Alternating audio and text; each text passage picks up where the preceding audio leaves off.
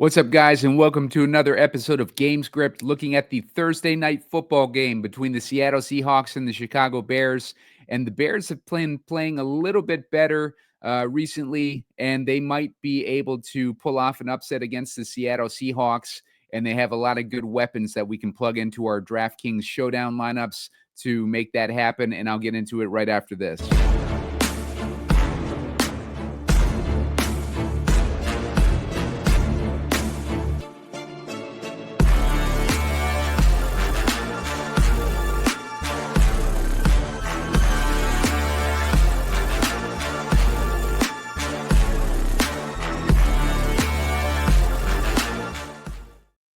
What's up, guys? Simon Edwards at Pumacom here with Heat Seeker Sports, and you're watching Game Script. Going to be breaking down the Seattle Seahawks versus Chicago Bears game. We're looking at a 42.5 point total with Seattle's 4.5 point favorites in this one. They're playing in Chicago. On the first look, I think that total seems a little bit low. These are two offenses that can definitely put up points. It'll be interesting to you'll see what the matchup says, but I think that Chicago can actually win this game. They're playing at home against Seattle, looking to play the spoiler for Seattle's playoff hopes. Seattle does have playoff hopes still. They are one game behind the Rams in the division, and they have about a 14% chance, according to the playoff predictor, of making it into the playoffs currently. So I'll take a look at that in a minute. Make sure to hit the like button. Give me the 30 likes so I can put out my picks in the comment section later on, my favorite picks when we get closer to lock. And make sure to subscribe to the channel. I'm getting close to 1,500, closing in on that number. So I need your guys' help to subscribe if you haven't already. And that helps me out, and it helps you guys out because you can hit subscribe and sign up for the alerts for when these shows come out. They come out at random times. Don't really have a set schedule, so you're going to want to get the alerts when these shows come out, and you can only do that when you subscribe to the channel. Had some success recently. This past, actually yesterday on Christmas, the evening slate for Showdown, the Derrick Henry lineups that we built on the show yesterday did pretty well. I think I came in like 300th place or something like that in the bigger contest there. So had at least a cash if you guys had built that Derrick Henry lineup last night. A couple nights ago, almost shipped the Baltimore. I can't remember who they were playing. Baltimore, someone in the division game, and that one almost shipped with the Likely captain, having Isaiah Likely in the captain. Barely missed that one. Actually built the winning lineup on the show for that one, and I had an option where I could pick Calvin Austin or the Baltimore defense, and I ended up going with Calvin Austin. It ended up being the Baltimore defense that shipped that contest. So let's keep the streak going here, and let's try to win some money on this Thursday night slate. So let's go into the screen share here. We'll take a look first at the playoff scenario. You can see where Seattle is at.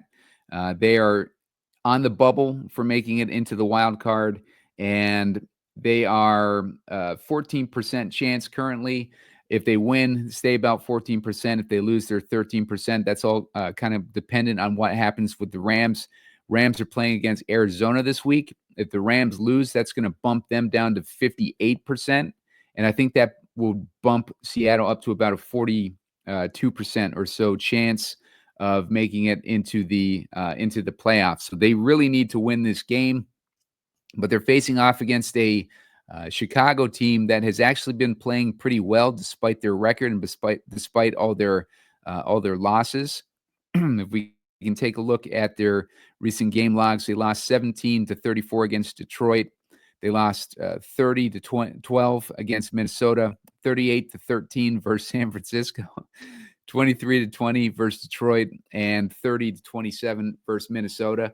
So, they haven't been putting up many points, but they've been playing better. We've been seeing it in the offense mainly with, Caleb Williams has played a lot better under the new coach. And, a lot of these players are also playing better. Keenan Allen is one of them. Keenan Allen, you can see recently 32 points, 20 points, 24 points, 23 points Prior to that, he was MIA for most of the season, but you can see this offensive output that he's had recently. Those scores are deceptive in these Chicago games. If we look at DJ Moore, you can see, he's been playing much, well, about the same. He's been playing about the same, but he went on a cold streak there. But since they've brought in this new coach, he had 29 points, 23 points, 10 points, 15 points, 14 points. You look at his targets, he's gotten 16, 8, 8, 10, 7, 7. Keenan Allen, let's look at his targets. 13 in the past 2 weeks. He had 5 targets, 8 targets, 15 targets. So he's just been getting targeted left and right. If we look at Odunze has been, he's just kind of been the same all season. The new coaching switch didn't really help him, but I do like him as a potential touchdown option tonight. He had 10 points against Detroit. He had 20 DraftKings points against San Francisco a couple weeks ago, but he's getting a decent amount of targets. I like him tonight because of the matchup with Seattle is giving up longer touchdowns this year, and Odunze is getting the most long targets for the Chicago Bears, and he has unfortunately the inaccuracy of the targets coming to him has been among the highest in the league. But this could be a game where they connect on a deep pass and he scores a touchdown for us. So Odunze is going to be in play tonight.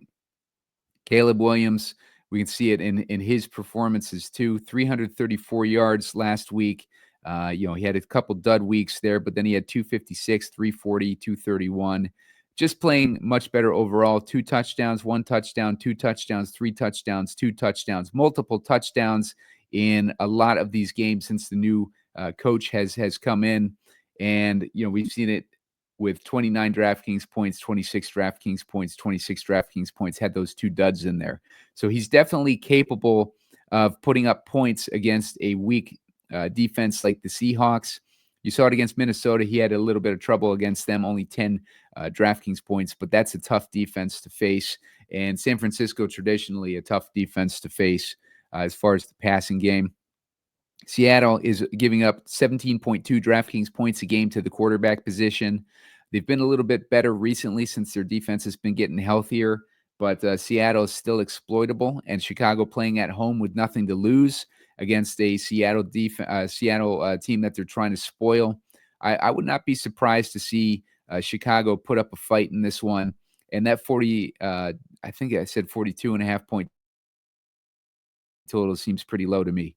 The advantages in the matchups for Chicago, mostly middling matchups, 17.2 for quarterback, 22.7 for running back, 13.1 for slot receivers for Seattle, and 11.9 for the tight end position. Those are all middling. The bad matchup is for the wideouts. 15.2 is what Seattle has been allowing to wideouts. But like I said, there are exploitable with a deep pass or two. So don't be surprised to see Odunze get a touchdown tonight.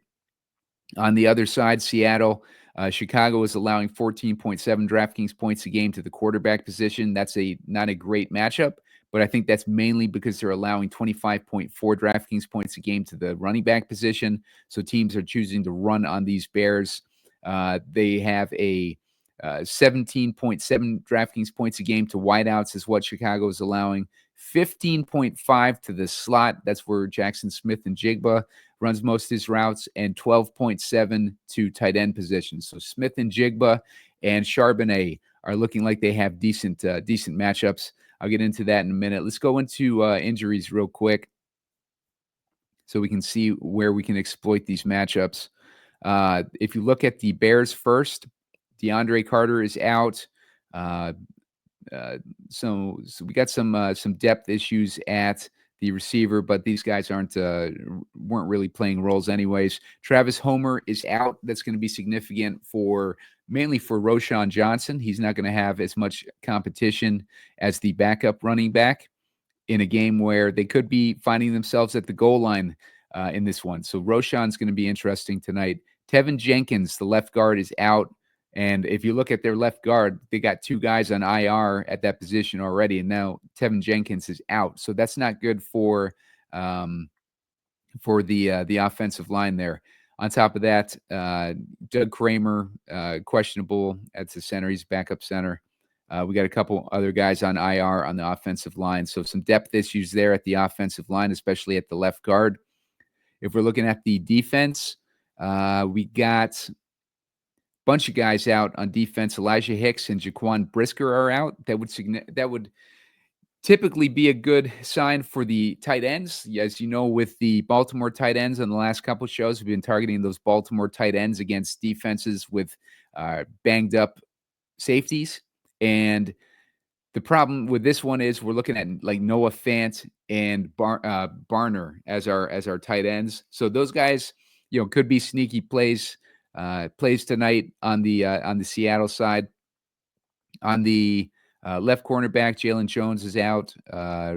Free safety, more issues at the safety. Look at all these safeties that are out for the Bears this week. So it's going to be significant.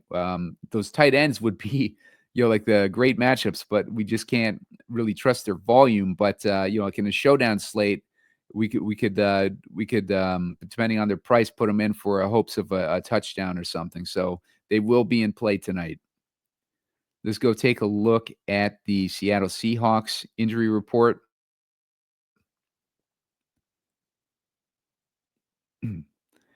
This one, we're missing Kenneth Walker. So Charbonnet is going to be teed up for a good matchup against this Chicago Bears defense. As far as the rest of the guys, we got Brady Russell, one of their tight ends is out. AJ Barner, I mentioned him. Noah Fant, mentioned him. We got some injuries to the defense, still a bunch of guys on IR. Gibson, Onojiu, Jarek Reed, Kevon Wallace, a bunch of guys. I'm not sure what their significance is specifically. I see the main defenders are in. They were, kind of in and out based on their injuries throughout the season, like Reek Woolen. We've seen him banged up this season. We've seen Devon Witherspoon banged up this season. A few other guys have been banged up, but looks like they are healthier than they've been in a little while, despite all these guys on IR. So still exploitable for these Chicago Bears. Let's move over to the lineup building here. Geno Smith, he could definitely put up points against these Bears if it comes time to a shootout potential. He's had 6 DraftKings points last week against Minnesota. Prior to that, really, really quiet for the most part this season. I think I like Caleb Williams' upside more than Geno Smith, but I think both those guys are going to have upside in this game.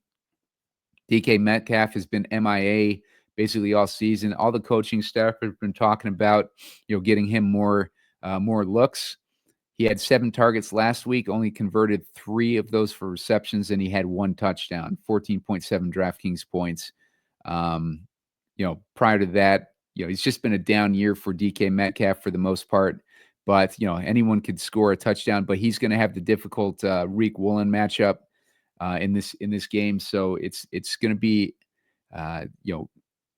Oh, and actually, no, Reek Woolen's he's going to have the Jalen Johnson matchup in this game. Let's see. Let me double check. See where he's going to be lined up.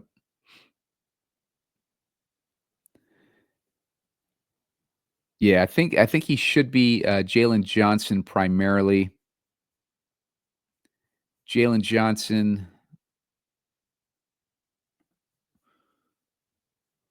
Get a look here at the alignments.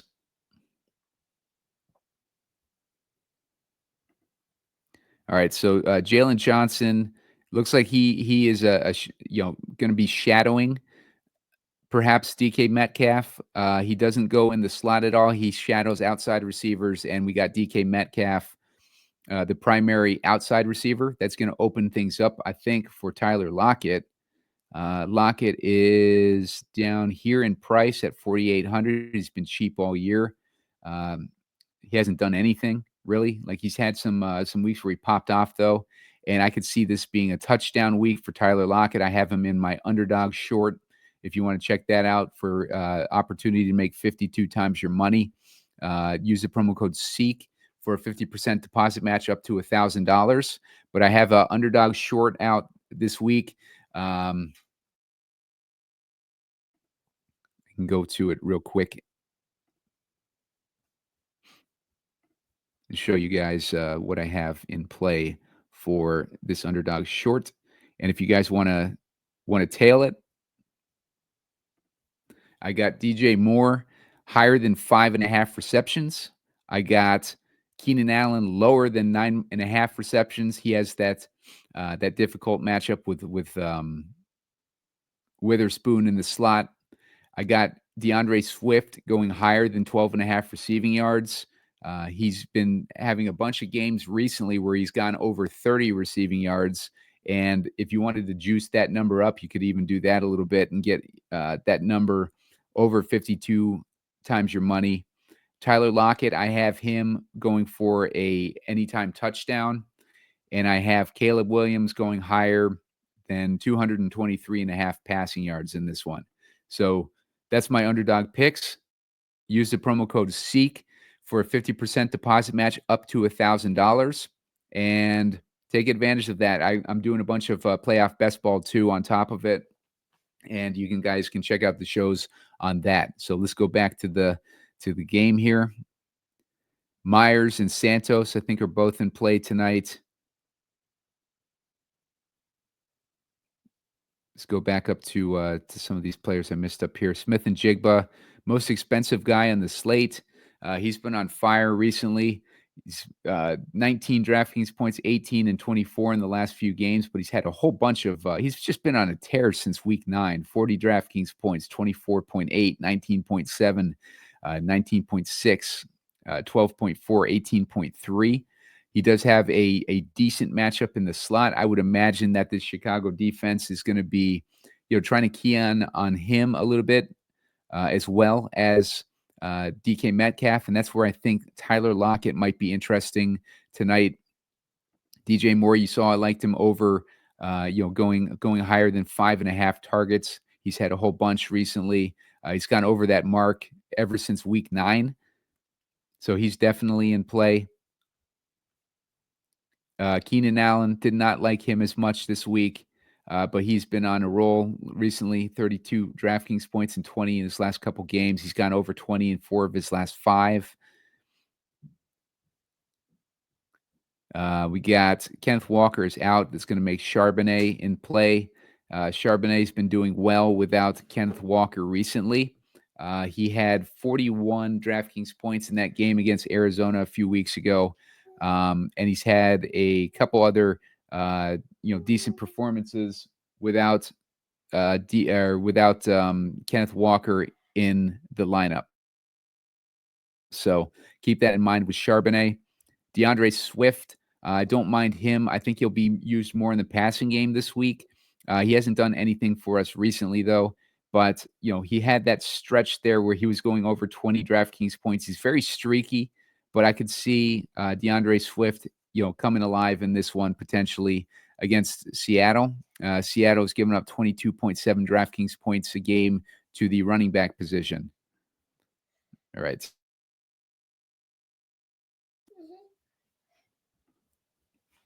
All right, let's go on to the Odunze. I mentioned I might like him for a touchdown tonight. He might be a good guy to cheaper guy to plug into our lineups. Hasn't really done too much. He had 2 touchdowns though a couple weeks ago, but for the most part, he's been pretty quiet this year. He's had a few good games though. Let's see. We got Cole Kmet. Kmet versus the Seahawks. Their middling matchup against the tight end position. Cole Kmet, he sneaks in here every once in a while for a touchdown. And, he's had a couple games where he had decent plus, over 20 DraftKings points. So Cole Kmet, could definitely be a threat in this one. Seahawks D, Seahawks D and Bears D, I think either one of these in this particular matchup could be in play. I'm not going to take either one of these out of my lineup. I think anything can happen in this game with Seattle having something to play for, and then Chicago playing at home and being a potential spoiler for this one.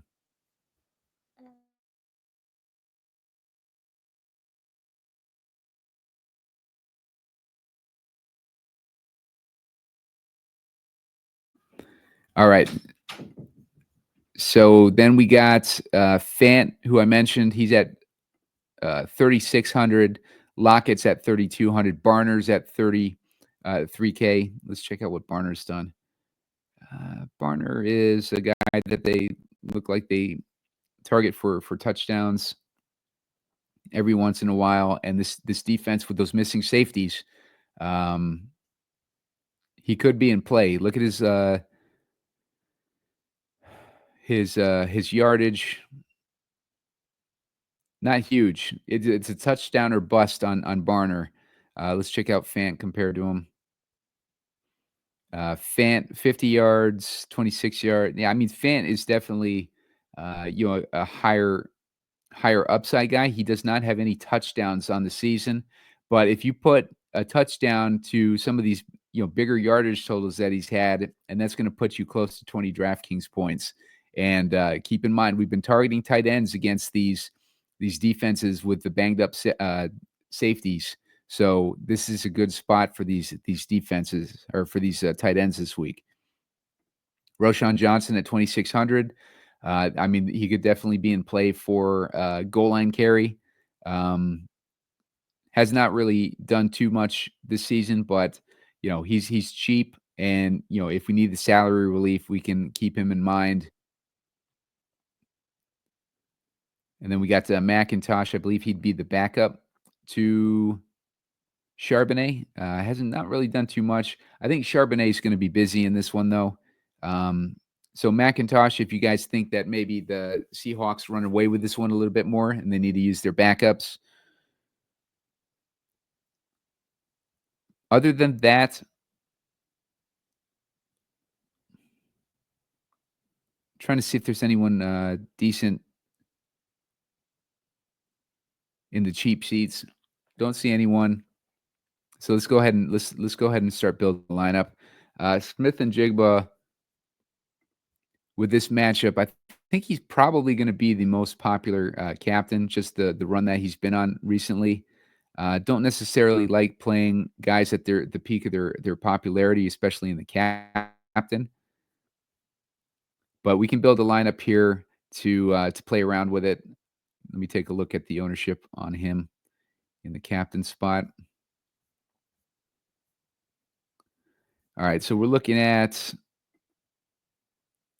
Smith-Njigba is actually the second, like behind Zach Charbonnet. Smith-Njigba, 12.5% owned in the captain. That seems a little bit low to me, honestly. I don't mind that at all for his captain price. So let's put him in the captain. Let's give him let's put Charbonnet in there. I'm going to skip Geno on this one. I'm going to put Williams in there. Smith-Njigba can put up these points on PPR alone. So that's why I don't mind not going with Geno. And I think most people are going to try to get Geno in there. Let's put DJ Moore in there. It's going to leave us with 3,350 per guy. Mention these tight ends and Lockett. Let's put Lockett in there. If I do have Lockett in there, maybe Geno does make more sense. Let's get Geno in there. 3,700 is who it's going to leave me with. And that leaves me with, you could go with Roschon, you could go with Barner or Fant, like play one of those tight ends like I talked about. But, I don't hate that direction that we can go in here. If we wanted to play Odunze instead of Moore, or if you guys like Keenan Allen, you want to play him instead, you could do that too. 6,700, that leaves us with for using Odunze. I think I like that direction a little bit better. It gives us Myers and Santos, Cole Kmet, both defenses. So it leaves us with a lot of options there. Not quite enough to get to DeAndre Swift, though. So let's clear this out. Let's try a different direction here. And by the way, if you wanted to go with Caleb Williams, leaves us in that same spot. I think if you use Caleb Williams, maybe Cole Kmet would be the way to go there. Or maybe one of the kickers or something like that. Roschon Johnson potentially too. So let's go to a different captain here. Let's go with DJ Moore. Let me check the ownership on him. DJ Moore, he's still at 10%. If I wanted to go with a cheap captain in this one, I'm going to try going with let's go with Rome Odunze. Let's say Odunze surprises us and has a big night in this one. I don't necessarily love the play, but maybe he gets a couple big touchdowns. Caleb Williams, I like him. Let's put Smith-Njigba in there, and let's put Charbonnet in there. It's going to leave me with 5,600 per guy. I'm going to go with DJ Moore, maybe. No, I'm going to go with DeAndre Swift in this one. Maybe Swift is being used a decent amount in this one. Leaves us with options like Lockett and Fant and Barner again. I like all those guys. If we wanted to go crazy, let's go with Lockett in the captain. And let's put in Geno Smith and Smith-Njigba. And let's go with Williams in this one because we can put more studs in there. Let's go with Charbonnet. Still leaves us with 7,600 left for our final guy. We could get Swift. We can get Odunze in there. I do like that. I do like that direction with Lockett in the captain option. Depends on how much work he's going to get. Obviously, he's got DK Metcalf to compete with, and Jaxon Smith-Njigba. So he's got some guys that he's got to compete with. And we'll see how he ends up doing there. All right, guys.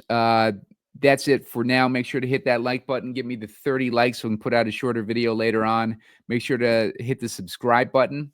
Get me to 1,500 subscribers. I'm about, just need about 100 short of that. So hit the subscribe if you haven't already. And I'll leave my favorite plays in the comment section later on when I get a little bit more research done. But overall thoughts, I think Njigba is probably the best captain. I think that Charbonnet is going to be in play in captain as well. Let me just build a Charbonnet since I'm here. I know a lot of people are going to want a Charbonnet captain. Let's build a Charbonnet captain. Let's put Njigba in that one too. I'm going to go with Williams in this one. I'm going to go with let's go with DJ Moore in this one. Let's get Lockett in there. And at least it's 4,400. You can go Kmet. You can go one of the defenses, one of the tight ends, Roschon Johnson. Still plenty of options there. But I think it's another guy that's in play. Njigba, Charbonnet. Haven't decided yet on the best captain on the Chicago side yet. So hit that like button, give me the 30, and I'll put in my favorite plays later on. But other than that, guys, good luck.